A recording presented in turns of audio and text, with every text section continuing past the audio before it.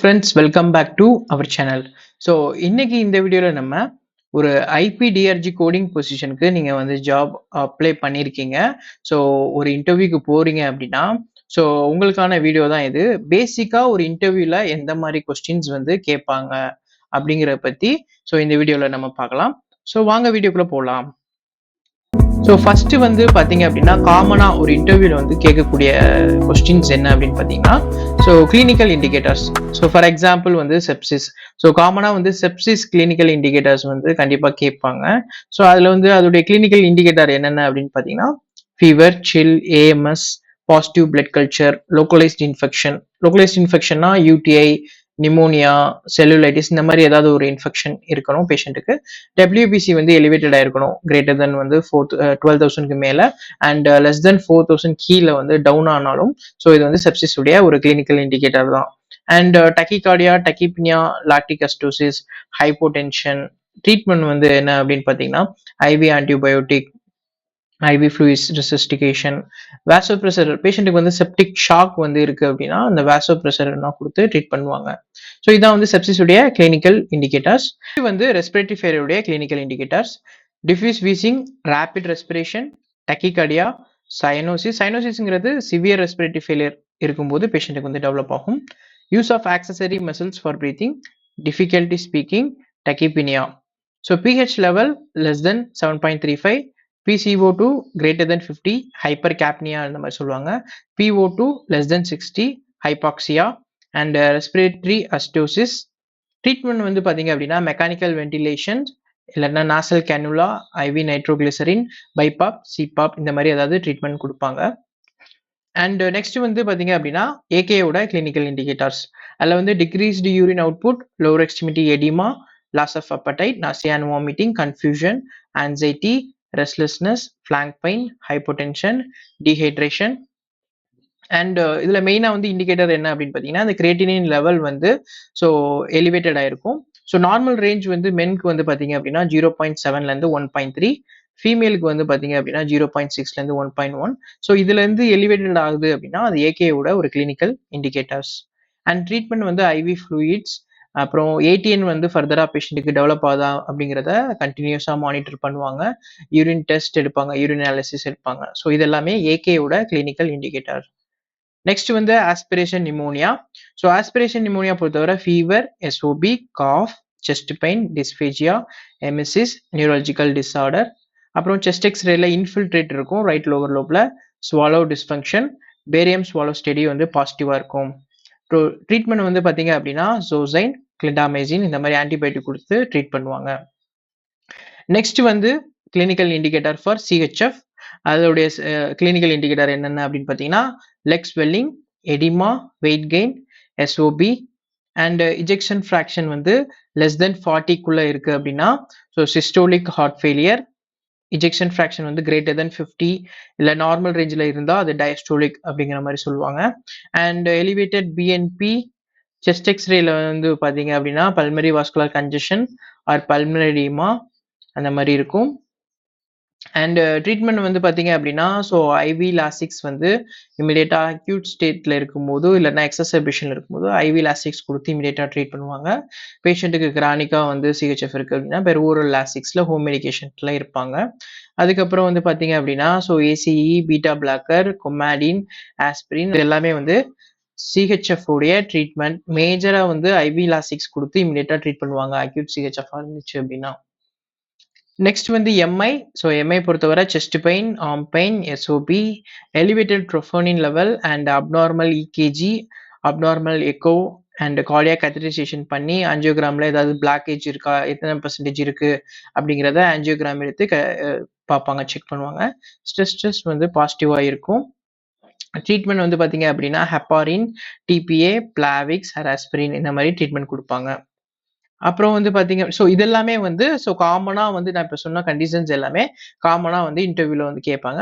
So அது போக அடிஷ்னலாகவும் கேட்பாங்க. ஸோ அடிஷ்னலாக வந்து பார்த்தீங்கன்னா இன்னும் வந்து பார்த்தீங்க அப்படின்னா டிகேனா என்ன, செப்டிக் ஷாக்னா என்ன, ஏடிஎன், மெட்டபாலிக்ஸ் என்செஃபலோபதி, டிமென்ஷியானா என்ன, சிக்கிள் செல் அனிமியானா என்ன, பான்சைட்டோஃபினியானா என்ன, ஜிஐ ப்ளீடிங். ஸோ ஜிஐ ப்ளீடிங்கான சோர்ஸ் என்னென்ன, அதாவது அதோடைய ஈட்டியாலஜி எதனால வந்து ஜிஐ ப்ளீட் ஆகுது, ஸோ அந்த மாதிரி சோர்சஸ் என்னென்ன அப்படிங்கிறத பற்றி டீட்டெயில்டாக வந்து ஸோ கேட்பாங்க. ஸோ காமனாக கிளினிக்கல் இண்டிகேட்டர்ஸ் அப்படிங்கிறது இருக்கும் ஒரு இன்டர்வியூவில். ஸோ நெக்ஸ்ட் வந்து நம்ம கோடிங் கைட்லைன், ஜென்ரல் கைட்லைன் வந்து கேட்பாங்க. அது போக வந்து ஐபிக்குள்ள நீங்க இன்டர்வியூ அட்டென்ட் பண்றீங்க ஐபிக்குன்னா யூஹெச்டிடிஎஸ் கைட்லைன் வந்து கண்டிப்பா கேட்பாங்க. ஏன்னா அதை பேஸ் பண்ணி தான் நம்ம பிடிஎக்ஸ், செகண்டரி டயக்னோசிஸ் எல்லாமே செலக்ட் பண்றோம். ஸோ ஃபர்ஸ்ட் யூஹெச்டிடிஎஸ் அதோடைய அப்ரிவேஷன் என்ன அப்படின்னு பார்த்தீங்கன்னா uniform hospital discharge data set. இது எல்லாமே நான் வந்து சொல்றது எல்லாமே வந்து பேசிக்கா ஒரு இன்டர்வியூல வந்து கேட்கக்கூடிய கொஸ்டின்ஸ். ஸோ இதுதான் வரும் அப்படின்னு கிடையாது, இது எல்லாமே வரும். பேசிக்கா வந்து இந்த மாதிரி கொஸ்டின்ஸ் எல்லாமே வந்து இன்டர்வியூல கேட்பாங்க. ஸோ பிடிஎக்ஸ் உடைய டெஃபினேஷன் கண்டிப்பா கேட்பாங்க. மெஜாரிட்டி ஆஃப் இன்டர்வியூல ஒரு பிடிஎக்ஸ் டெஃபினேஷன் வந்து கண்டிப்பா கேட்பாங்க. ஸோ பிடிஎக்ஸ் உடைய டெஃபினேஷன் நீங்க கண்டிப்பா தெரிஞ்சிருக்கணும். So the principal diagnosis is defined in the Uniform Hospital Discharge Data Set as that condition established after study to be chiefly responsible for occasioning the admission of the patient to the hospital for care. So இதை நல்லா memorise பண்ணி வச்சுக்கோங்க. So பிடிஎக்ஸ் definition உங்களுக்கு கண்டிப்பாக தெரிஞ்சிருக்கணும். So next வந்து 2 or more conditions வந்து பேஷண்ட்டுக்கு இருக்கு.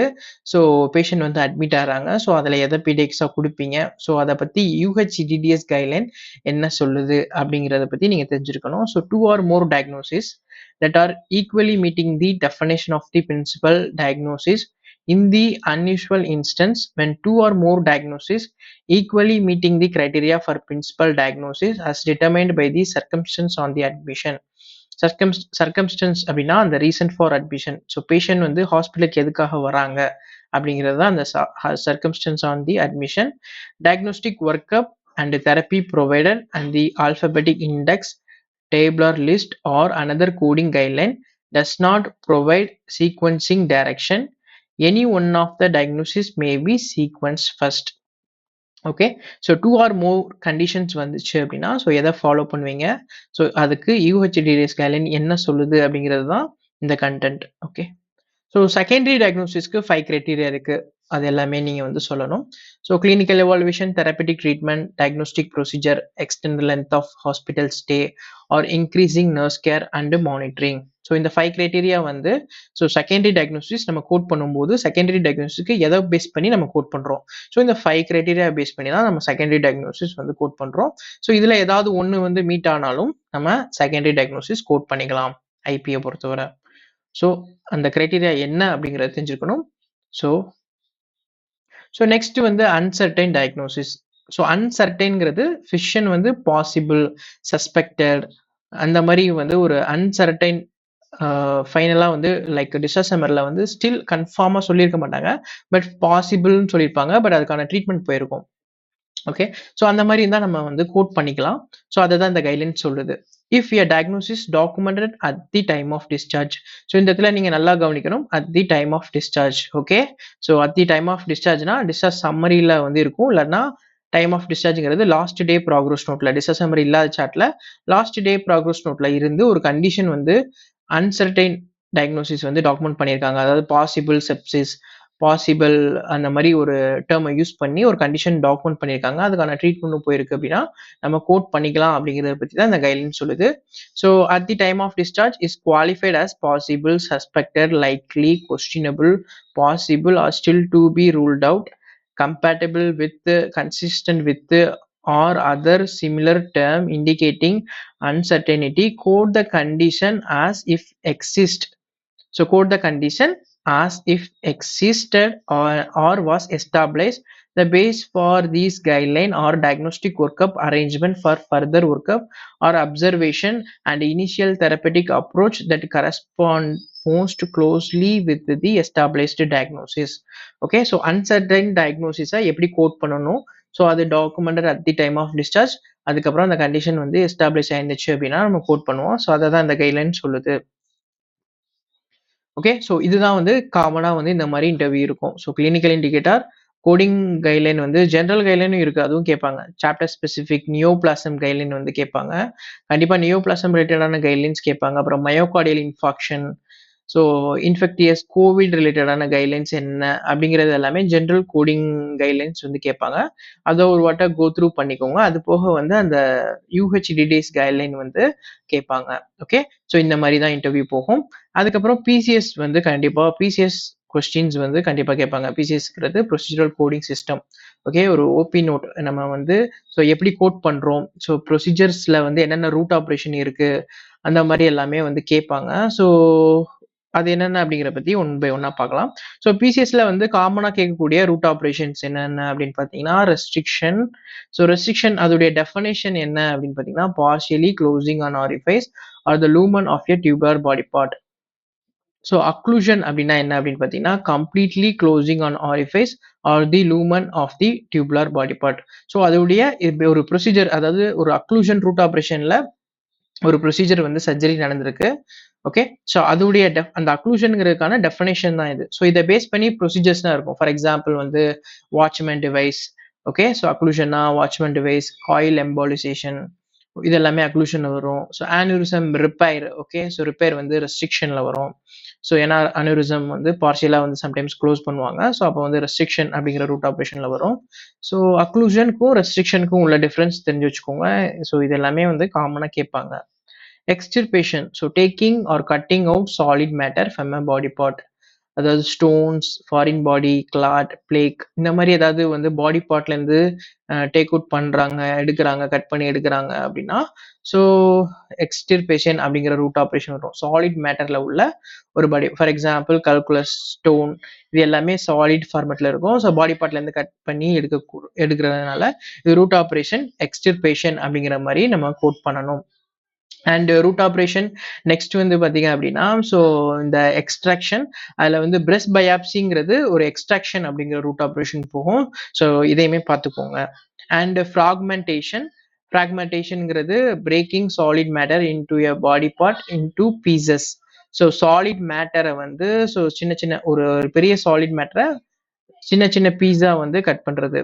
ஓகே, ஃபார் எக்ஸாம்பிள் வந்து லித்தோட்ரிப்சி, கிட்னி ஸ்டோனுக்கு வந்து லித்தோட்ரிப்சி ப்ரொசீஜர் பண்ணாங்க அப்படின்னா ஃப்ராக்மெண்டேஷன் அப்படிங்கிற ரூட் ஆப்ரேஷன் நம்ம கோட் பண்ணணும்.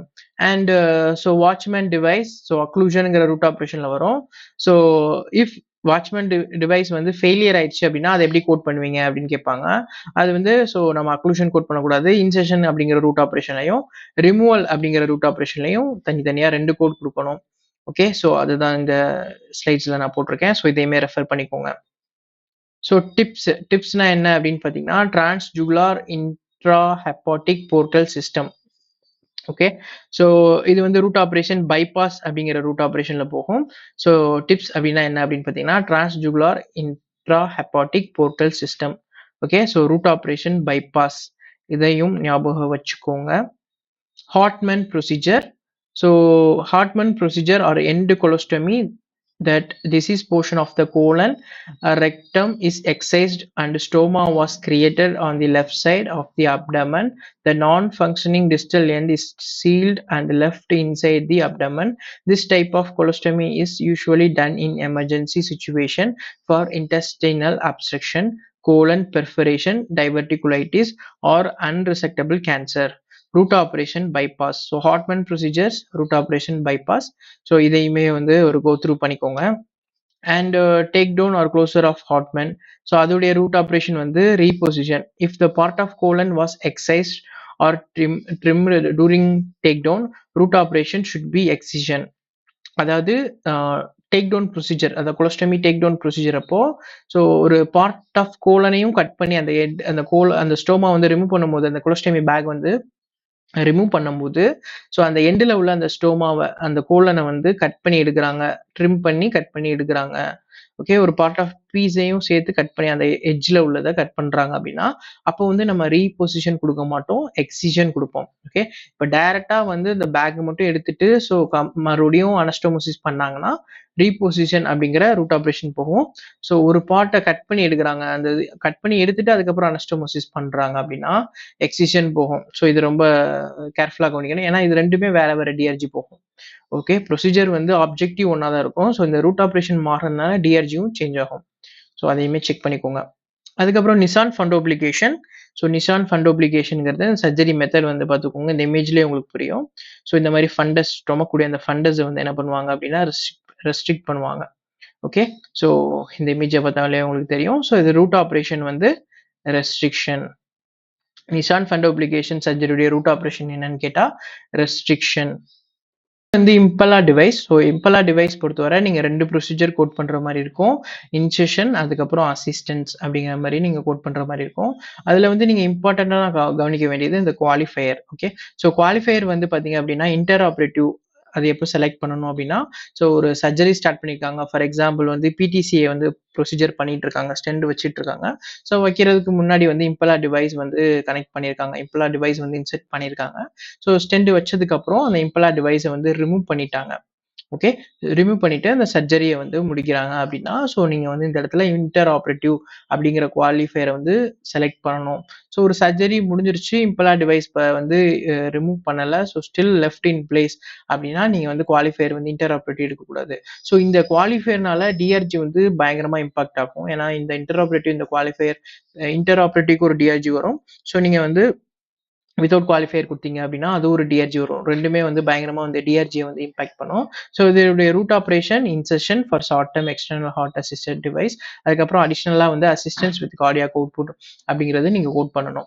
ஸோ இப்போ வந்து நியூ டெக்னாலஜி கோடும் இதில் அப்டேட் ஆயிருக்கு, அதையும் செக் பண்ணிக்கோங்க. இம்பலா வந்து 5.5 அதுக்கப்புறம் அயோட்டிக் சிஸ்டம் அப்படிங்கிற மாதிரி அப்டேட் ஆயிருக்கு. ஸோ அதையுமே செக் பண்ணிக்கோங்க. ஸோ நெக்ஸ்ட் வந்து டிப்ரைன்மெண்ட். ஸோ டிப்ரைன்மெண்ட் பொறுத்தவரை எக்ஸிஸ்னல் டிப்ரைன்மெண்ட் அதுக்கப்புறம் நான் எக்ஸிஸ்னல் டிப்ரைன்மெண்ட். ஸோ எக்ஸிஸ்னல் டிப்ரைன்மெண்ட் பொறுத்தவரை ஸோ கிளியராக எம்டி வந்து டாக்குமெண்ட் பண்ணியிருக்கணும். எக்ஸிஸ்னல் டிப்ரைன்மெண்ட் வாஸ் பெர்ஃபார்ம்ட் அப்படிங்கிற மாதிரி எம்டி வந்து கிளியராக வந்து டாக்குமெண்ட் பண்ணியிருப்பாங்க. ஸோ அப்போ தான் நம்ம எக்ஸிஸ்னல் டிப்ரைன்மெண்ட் வந்து கோட் பண்ணணும். ஷார்ப் டிப்ரைன்மெண்ட்டை எக்ஸிஸ்னல் டிப்ரைன்மெண்ட்டாக நம்ம கன்சிடர் பண்ணிக்க கூடாது. ஸோ கிளியராக வந்து டிப்ரைன்மெண்ட் பொறுத்தவரை அது எக்ஸிஸ்னல் சொன்னால் மட்டும்தான் நம்ம எக்ஸிஸ்னல் எடுக்கணும். ஸோ இல்லை டாக்குமெண்ட் கிளியராக இல்லை அப்படின்னா query ரைஸ் பண்ணணும். அது மாதிரி டெப்த் கிளியராக இல்லை அப்படின்னாலும் query ரைஸ் பண்ணணும். ஸோ ஷார்ப் டிப்ரைன்மெண்ட்டை எக்ஸிஸ்னல் டிப்ரைன்மெண்ட்டாக நம்ம கோட் பண்ணக்கூடாது. ஓகே. ஸோ எக்ஸிஸ்னல் டிப்ரைன்மெண்ட் ரூட் ஆப்ரேஷன் எக்ஸிஷன் வரும், நான் எக்ஸிஸ்னல் டிப்ரைன்மெண்ட் ரூட் ஆப்ரேஷன் எக்ஸ்ட்ராக்ஷன் வரும். ஓகே. ஸோ டிப்ரைன்மெண்ட் கண்டிப்பாக கேட்பாங்க, அதோடைய இது எப்படி கோட் பண்ணுவீங்க அப்படின்னு சொல்லிட்டு. ஓகே. ஸோ டெப்த்து கிளியராக இருக்கணும், டிப்ரைன்மெண்ட் டைப்பும் கிளியராக இருக்கணும். ஸோ அப்போ தான் வந்து நம்ம கோட் பண்ண முடியும். ஸோ இதில் எது மிஸ் ஆனாலும் நீங்கள் வந்து query ரைஸ் பண்ணுற மாதிரி தான் இருக்கும். ஓகே. Okay guys. ஸோ இந்த வீடியோ உங்களுக்கு கண்டிப்பாக பிடிச்சிருக்குன்னு நினைக்கிறேன். ஸோ இன்னும் வந்து டீட்டெயில்டாக ஸோ இது வந்து ஷார்ட்டாக வந்து ஒரு இன்டர்வியூவில் வந்து என்னென்ன கேட்பாங்க அப்படிங்கிறத நான் வந்து போட்டிருக்கேன். ஸோ நெக்ஸ்ட் வந்து இன்னும் டீட்டெயில்டாக வந்து ஒரு எந்த மாதிரி கொஸ்டின்ஸ் இன்டர்வியூ கொஸ்டின்ஸ் இருக்கும் அப்படிங்கிறத பற்றி நான் ஃபர்தராக வந்து அப்லோட் பண்ணுறேன். ஸோ தேங்க்ஸ் ஃபார் வாட்சிங்.